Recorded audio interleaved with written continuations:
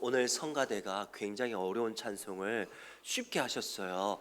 근데 아멘 소리가 너무 작아서 제가 너무 소원했어요. 우리 성가대 수고하고 너무 은혜스러운 찬양 감사하다고, 또 하나님 영광 받아 주시라고 아멘과 함께 박수 한번 힘차게 부탁드립니다.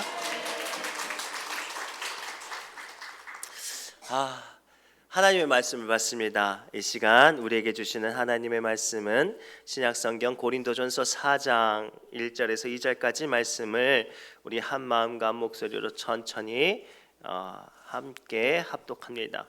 고린도전서 4장 1절에서 2절까지 말씀입니다.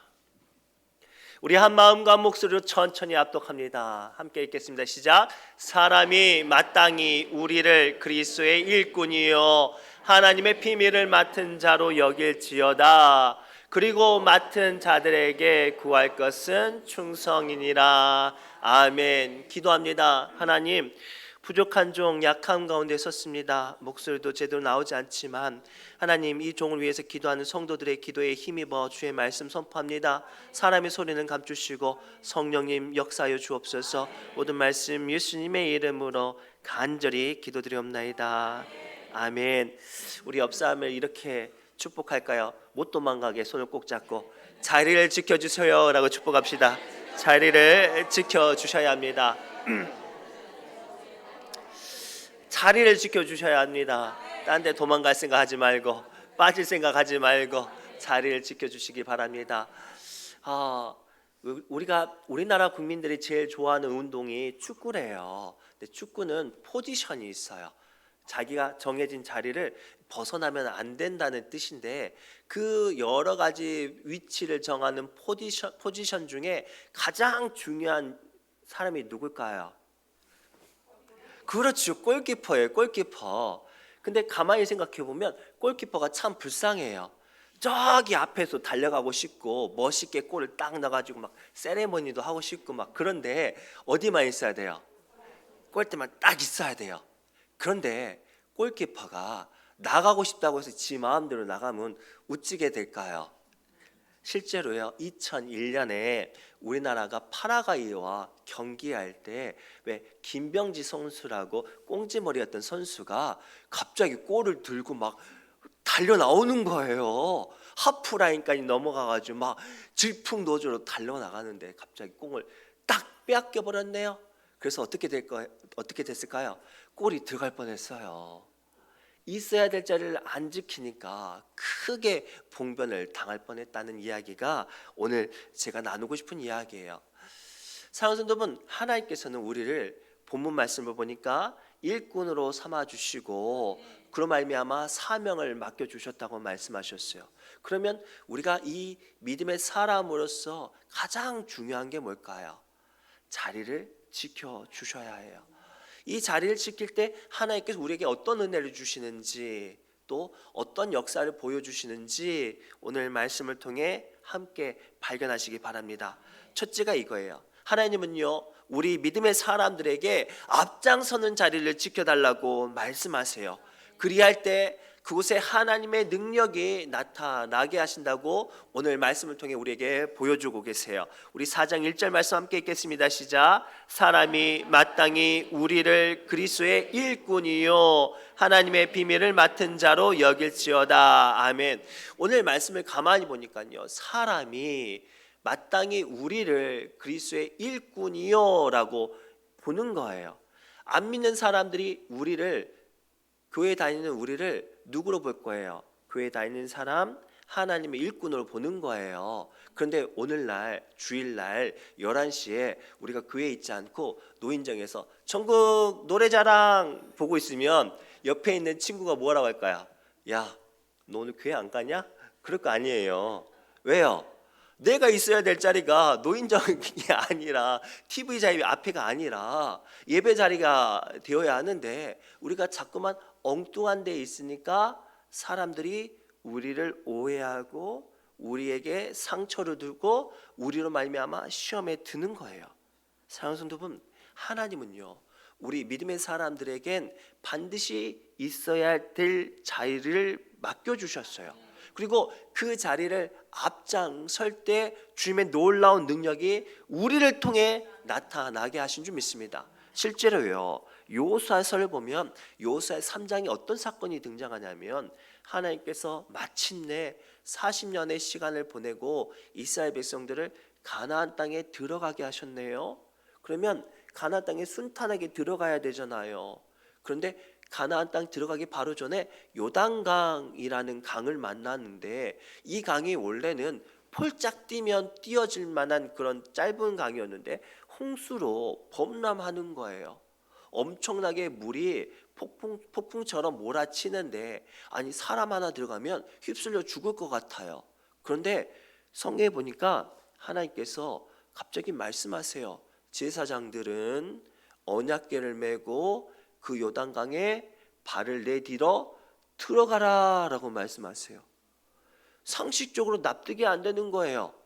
여호수아라는 대장군도 있고 갈렙이라는 용맹한 사람도 있고 경험도 많은 사람들도 있었을 텐데도 불구하고 여호수아서 3장을 보니까 제사장 너희들이 먼저 그 요단강에 발을 내디뎌라 라고 말씀하셨어요.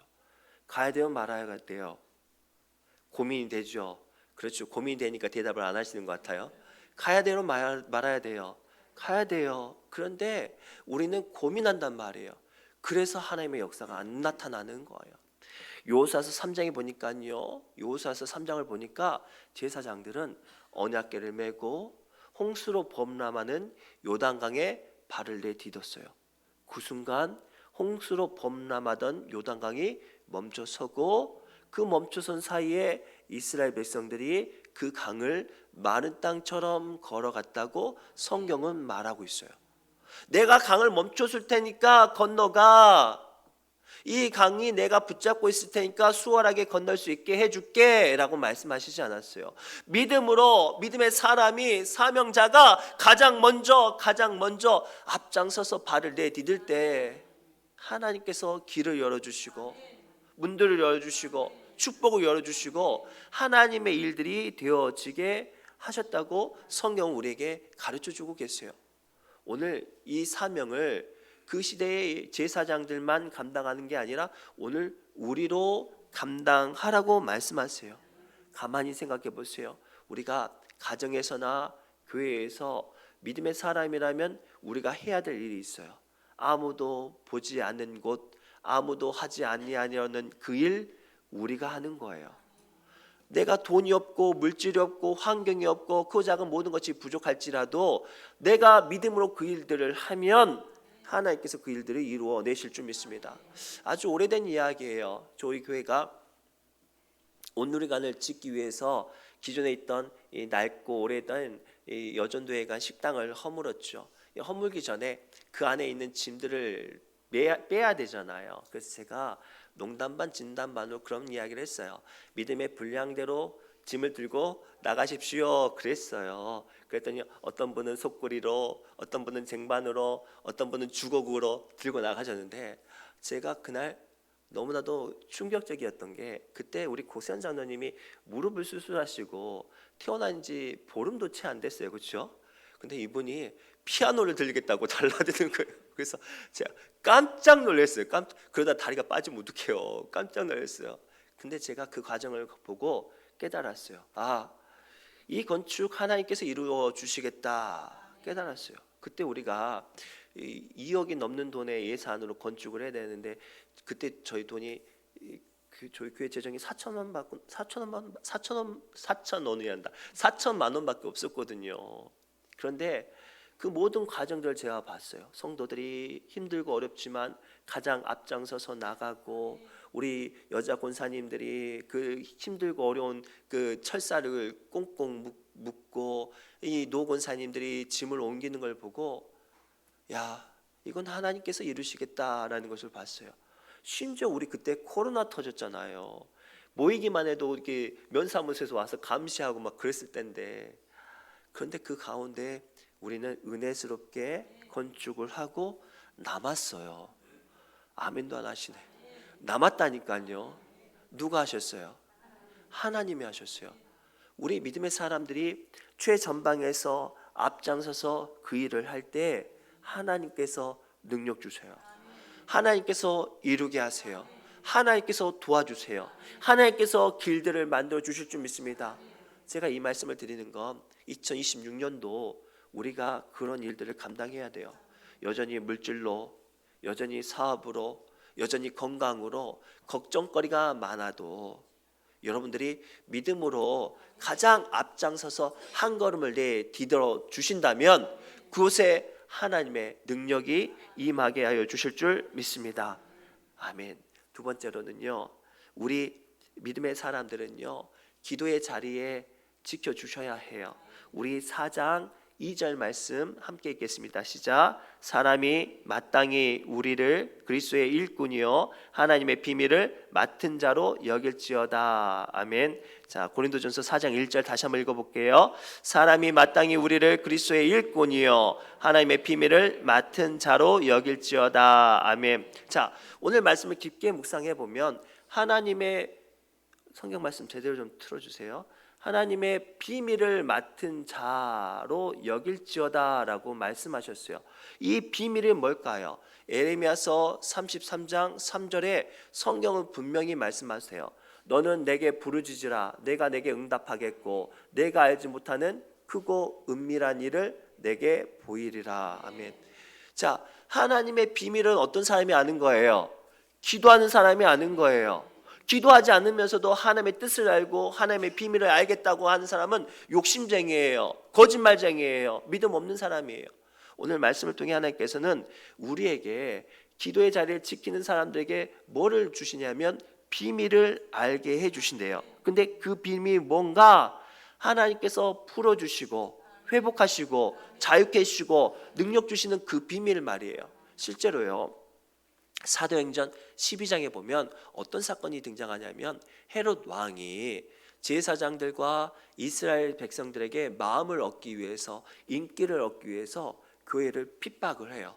야고보 사도를 죽이고 나서 그 다음에 가장 잘 나가는 사도, 가장 수제자 베드로를 잡았어요.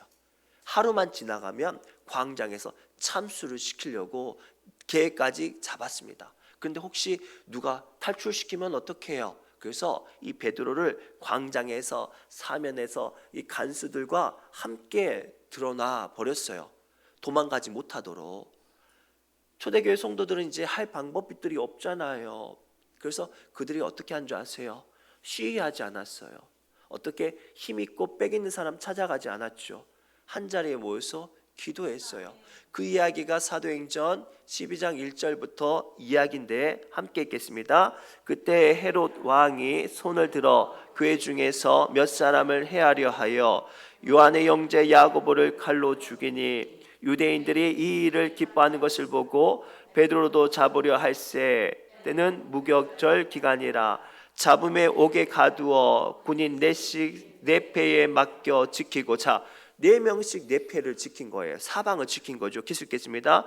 6월절 후에 백성 앞에 끌어내고자 하더라. 이에 베드로는 옥에 갇혔고 교회는 그를 위하여 간절히 하나님께 기도하더라. 할 수 있는 게 없어서 기도했어요. 할 수 있는 게 없어서 기도했어요. 그랬더니 그날 밤에 놀라운 일이 벌어졌어요. 하나님께서 그 연약한 성도들의 기도를 통해서 천사를 보내시는데 사도행전 12장 6절에 이어서 이렇게 이야기하고 있어요. 계속 읽겠습니다. 헤롯이 잡아내려고 하는 그 전날 밤에 베드로가 두 군인 틈에 두 쇠사슬에 매여 누워 자는데 파수꾼들이 옥 밖에서, 자, 양쪽에 군인이 지키고 파수꾼은 옥 주변에서 사방을 지키고 있는 빠져나갈 수 없는 상황 가운데 있어요. 그러나 기도는 어떻게 돼요? 계속되고 있어요. 그러자 어떤 일이 벌어지죠? 7절입니다. 호련히 주의 사자가 나타나매 옥중에 광채가 빛나며 또 베드로의 옆구리를 쳐 깨워 이르되, 낙심했어요. 포기했단 말이에요. 그 포기했던 베드로를 옆구리를 푹 찔러서 깨웠어요. 우리 자다가 옆구리 푹 찌르면 깨어나잖아요. 깨어났어요. 그리고 말을 하죠. 계속 읽겠습니다. 급히 일어나라 하니 손에, 자기 힘으로 푼 게 아니죠. 깨워줬더니 풀려졌어요. 계속 읽겠습니다.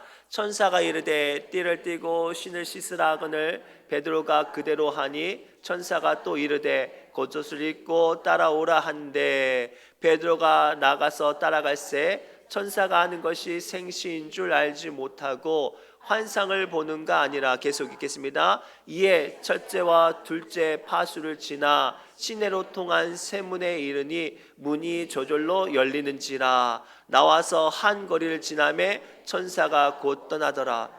조금도 막힘이 없었어요. 베드로가 이 감옥에 빠져나가는 동안 힘쓴 적이 단 한 번도 없었단 말이에요. 그런데 걸음마다 문들이 열리고 사슬이 열리고 그 모든 것들이 자유케 됐어요. 왜죠? 그 가운데 성도들은 한결같이 베드로를 위해서 기도하고 있었어요. 계속 읽겠습니다. 이에 베드로가 정신을 들어 이르되 내가 이제야 참으로 주께서 그의 천사를 보내어 나를 헤롯의 손과 유대 백성의 모든 기대에서 벗어나게 하신 줄 알겠노라 하여 깨닫고 마가라 하는 요한의 어머니 마리아의 집에 가니 여러 사람이 거기에 모여 여전히 계속 한결같이 쉬지 않고 기도하고 있었어요. 그래서 이 사로잡히고 결박되어지고 망하고 죽을 수밖에 없었던 베드로가 자유케 됐어요. 사랑하는 성도분, 우리 믿음의 사람들은 기도의 자리에 앞장서야 돼요. 그 기도가 눈에 보이든 않든 유명한 사람이 있든 없든 상관없이 우리가 기도의 자리에 모였을 때 하나님께서 그 기도에 모인 사람들을 통해서 기도의 역사가 이루어지게 하시고 기도의 능력이 이루어지게 하시고 기도를 통해서 사람이 회복되게 하셔요. 특별히요, 제가 또 지난날 이야기하는데 2025년 연초에 시작할 때를 기억하신가요? 그때가 생각나니까 갑자기 또 눈물이 나는데 우리 교회가 참 힘들고 어려웠어요. 막 성장하고 붕한다고 했는데 우리 교회 안에 암 환자분들이 너무 많이 생겼어요. 막 6분, 7분 정도 생겼거든요. 어떻게 말을 할 수 없는 거예요. 다른 동네에 다른 교회에 부끄러워서 말을 할 수 없었어요. 심지어는 제가 뭔가 목회를 잘못해서 이렇게 성도들 가운데 아픈 일이 생긴 것 같아서 너무나도 절망스럽거든요. 근데요 제가 시키지도 않았는데 우리 권사님들이 기도를 조직을 했어요. 다른 교회는 목사님이 이렇게 해야 되는데 그때는 제가 너무나도 상처를 받고 마음이 어려워서 기도할 생각도 못 했는데 우리 권사님들이 기도를 모임을 조직을 했어요. 그런데 장로님들, 그때 우리 고승호 장로님, 전승호 장로님 찐빙이었잖아요. 이 두 분 장로님을 모시고 또 다른 장로님을 모시고 이 기도를 한 거예요. 이 앞에서 이 자리를 깔고. 그래서 저도 A상 그래, 내가 일주일에 한 번은 제가 하겠습니다 하고 제가 월요일날 이제 제가 기도를 하고 나머지는 우리 성도님들께서 이제 기도를 해주셨어요. 우리가 한 달 가까이 약 40일 가까이 그렇게 부르짖으면서 울면서 뒹굴면서 부르짖고 막 통성 기도했어요. 놀라운 일이 벌어졌어요. 7분, 6분 정도 되는 분 중에 한 분 빼고 다 거진 다 회복이 됐어요. 심지어는 한 분은요, 본인이 암이라고 생각하고 갔는데 의사 선생님이 미안하다고 혹이었다고 이게 기도의 능력이었는 줄 믿습니다. 제가 이 말씀을 통해서 여러분들과 나누고 싶은 두 번째 메시지는 뭐냐면 2026년도 살아갈 때 또 동일하게 우리에게 이런 생각지도 못했던 결박이 찾아올 수 있어요. 우리를 실족하게 할 수 있는 발목을 붙잡는 악한 일이 우리의 마음을 흔들 수도 있단 말이에요. 그때 믿음의 사람이라면, 그때 직분자인 여러분 기도의 자리에 앞장서 주셔요. 그렇게 기도의 자리에 앞장서 주신다면 하나님께서 은혜를 주시고 절망 가운데 기쁨을 주실 줄 믿습니다. 그래서 요한복음 16장 24절에 성경은 다음과 같이, 예수님은 다음과 같이 우리에게 말씀하세요. 함께 읽겠습니다. 시작.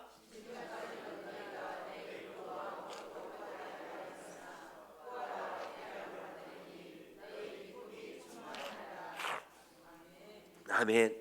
예수님의 말씀이 우리에게 위로의 언약이 되는 줄 믿습니다. 지금까지는 너희가 내 이름으로 아무것도 구하지 아니하였으나 구하라 그리하면 받으리니 너희 기쁨이 충만하리라. 아멘. 이 말씀을 깊게 묵상하면 다른 말로 보면 이렇게 될 수 있어요. 지금 내가 불평하고 지금 내가 속상한 건 뭐예요? 기도하지 않았다는 거예요. 주님의 이름으로 기도하지 않았기 때문에 우리가 힘들고 지치고 피곤했던 거죠. 오늘 말씀을 붙잡고 2026년도 다시 한번 우리 기도합시다. 그리할 때 하나님께서 우리에게 응답을 주시고 능력을 주시고 자유케 하시고 치유하시고 기쁨을 충만하게 하시리라 믿습니다. 마지막으로요, 우리 믿음의 사람은 사명의 자리를 지켜야 합니다. 그래야 교회와 생명이 살아난다고 말씀하세요. 우리 고린도전서 4장 1절부터 2절 말씀 처음부터 끝까지 읽겠습니다. 시작.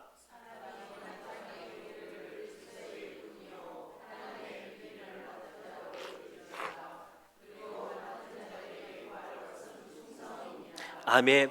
오늘 말씀을 가만히 보니까요, 우리 주님께서 우리에게 일꾼, 자리를 지켜야 될 일꾼인 것과 비밀을 맡은 자, 기도의 사명을 말씀하시고 마지막에 뭐라고 말씀하세요? 그것을 감당할 충성이 필요하다라고 말씀하세요. 충성은 뭐예요? 변하지 않는 거예요. 내가 높아져도, 내가 경험이 많아도, 이 일이 너무나도 내게 익숙해져도 내가 충성된 사람이라면 한결 같아야 돼요. 그런데 내가 일꾼인데 기도의 사명자인데 내가 경험이 많다고 직분이 높아졌다고 해서 안일해지면 어떻게 될까요? 그 나라가 흔들리고 그 생명이 흔들리는 거예요. 그 대표적인 이야기 한번 해볼까요? 우리가 너무나도 잘 알고 있는 다윗의 이야기입니다. 또 이야기하는데 다윗이요, 이 작았던 이스라엘을 거대한 대제국으로 만들어가고 있었습니다. 그런데 마침 사무엘하 11장 1절에서 3절 보니까 이 다윗이 북쪽의 아람이라는 나라와 전쟁을 해야 했어요. 근데 왕이 나가서 싸워야 될 때인데 다윗이 안 나갔어요. 왜냐하면 다윗은 너무나도 그 전쟁을 잘 알았고 자기 신하들에게 그 일을 맡겼어요. 또 감히 내가 왕인데 내가 가야 돼? 라는 마음으로 안 나갔단 말이에요. 그랬더니 어떤 일이 벌어졌는지 함께 살펴보겠습니다. 시작. 그 해가 돌아와 왕들이 출전할 때가 되매 다윗이 요압과 그에게 있는 그의 부하들과 온 이스라엘 군대를 보내니 그들이 암몬 자손을 멸하고 라빠를 에워쌌고. 아멘. 잠깐만요. 전쟁은 이겼어요. 그렇죠? 그런데 다윗은 어떻게 해요? 여전히 그 자리에 있었어요. 전쟁은 이겼지만 다윗은 여전히 그 자리에 있었어요. 그리고 그 다음 구절 한번 볼까요? 저녁 때에 다윗이 그의 침상에 일어나 왕궁 옥상에서 거닐다가 그곳에서 보니 한 여인이 모욕하는데 심히 아름다워 보이는지라. 편안하다 보니까, 안일해지다 보니까 시험 들 자리에 지가 들어갔어요. 그래서 다윗이 타락한 거예요. 사랑하는 성도 여러분, 오늘 말씀을 통해 하나님은 우리에게 분명히 말씀하세요. 우리 믿음의 사람들이 사명을 감당하는 자리를 충성되게 감당해야 우리가 낙심하지 않는 거예요. 실족하지 않는 거예요. 주님께 칭찬받는 거예요. 마태복음 25장 21절에 성경에 보면 5달란트, 2달란트, 1달란트 비유가 나오는데 5달란트와 2달란트 받은 사람은 열심히 일해서 5달란트를 남겼어요. 그랬더니 주인이 뭐라고 칭찬합니까? 그 주인이 이르되 잘하였도다 착하고 충성된 종아, 내가 작은 일에 충성하였음에 내가 많은 것을 내게 맡기리니 내 주인의 즐거움에 참여할지어다 하고 칭찬했어요. 근데 그 1달란트 받은 사람은 어떻게 해요? 그대로 아무것도 하지 않고 가지고만 있었어요. 이건 지킨 게 아니에요. 나태함과 방종이에요. 하나님께서 여러분에게 장로, 권사, 집사, 직분 맡긴 건 그저 교회만 다니라고 말하는 게 주신 게 아니에요. 교회를 위해서 기도하고, 지역을 위해서 기도하고, 가족을 위해서 기도하고, 사명을 위해서 기도하라고 주신 거예요. 교회에서 봉사하면 봉사해 주셔야 돼요. 하다못해 청소를 하기 힘들고 어렵다면 그 자리에 와서 앉아만 있어 주세요. 그게 은혜가 돼요. 제가 어제 1구역 식구들이 밥 준비하는데 깜짝 놀랐어요. 우리 김막래 권사님이 연세가 어떻게 되세요? 예? 93이세요. 근데 이분이 주방에서 열심히 일을 하고 계세요. 깜짝 놀랐어요. 그러면서 뭐라고 말하냐면, 내가 주책일까요? 나이가 먹어서 이렇게 열심히 하는데 주책일까요? 그래서 제가 그랬어요. 아니에요, 은혜예요. 그랬어요. 모세는 몇 살 때 부름을 받았죠? 80세 때 부름을 받았어요. 우리가 물론 연로하시거나 어떤 은퇴를 하게 되면 어떤 최전방에서 일을 감당하는데 부담이 돼요. 그러나 그거 아세요? 곁에만 있어줘도 은혜가 돼요. 곁에만 있어줘도 힘이 됩니다. 저는 우리 교회가 좀 그런 교회가 됐으면 좋겠어요. 내가 자신 있게 성성한 몸으로 도와주지 못할지라도 말 한마디라도 축복하고 함께하고 중보하고 권면한다면 그곳에 하나님의 은혜가 세워집니다. 하나님의 축복이 세워집니다. 하나님의 놀라운 역사가 임합니다. 고로 우리가 그 사명을 가지고 주님께서 기뻐하신 그 자리를 떠나지 않고 지켜주실 때 생명이 살아나는 줄 믿습니다. 제가 예전에 이야기했죠. 저희 어머니 아버지가 귀촌하셔서 닭을 키우세요. 제가 닭을 키우시는 분의 이야기를 한번 해드렸는데, 그분이 닭을 키우시던 중에 밤에 쪽제비가 조그마한 굴에 들어왔대요. 쪽제비 알죠? 얼마나 조그만 게 잔인한지 몰라요. 그놈 한 마리 들어오면 닭장이 난리가 나요. 근데 분명히 쪽제비가 들어왔는데 닭장에 난리는 안 났는데 뭔가가 있는데 뭔가가 이상해서 봤더니 다른 닭들은 다 괜찮은데 한 암탉만 둥지에서 처참하게 죽어 있는 거예요. 그래서 이 주인 생각으로는 이 암탉이 재수없게 쪽제비한테 잡혀가지고 혼자 험한 꼴 당했다 싶어가지고 이 죽은 시체를 치워보려고 했는데 등판이 다 뜯겨 있는 거예요. 산채로 뜯어먹혀가지고. 얼마나 끔찍해요.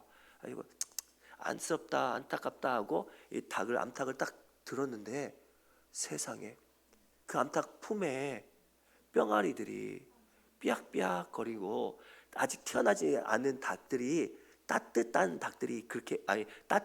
알들이 있더래요.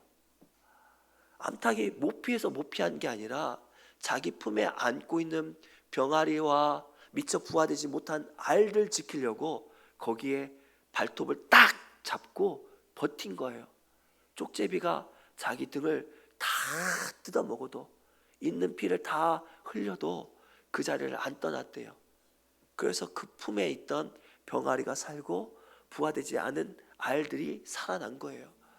제가 오늘 이 말씀을 통해서 여러분들과 나누고 싶은 마지막 메시지가 이거예요. 힘들고 어렵더라도 여러분들 자리를 좀 지켜주셨으면 좋겠어요. 여러분들이 예배 자리를 지키고 구역 예배 자리를 지키고 청소 자리 지키고 그리고 작은 자리라도 함께 해주신다면 그곳에서 함께하는 영혼이 살아요. 교회가 살아요. 생명이 살아요. 말씀을 맺겠습니다. 오늘 또 사탄은요 우리를 후벼 파여 야 니 깎게 가서 무슨 일 하겠냐 하면서 등자리를 막 찌겨 파더라도 까딱하지 않고 자리를 지켜주실 때 그곳에 생명을 살리는 놀라운 역사가 우리에게 임하게 하실 줄 믿습니다. 기도합니다. 하나님, 오늘 주신 말씀을 붙잡고 우리 믿음의 사람들 믿음의 자리를 좀 지키게 하여 주옵소서. 여전히 우리의 마음이 그 작은 약함과 어려움으로 우리의 사명의 자리를 흔들게 할 때 주님 오늘 주신 말씀을 붙잡고 생명 다해서 내게 맡겨주신 자리 지키게 하여 주옵소서. 모든 말씀 예수님의 이름으로 간절히 기도드리옵나이다.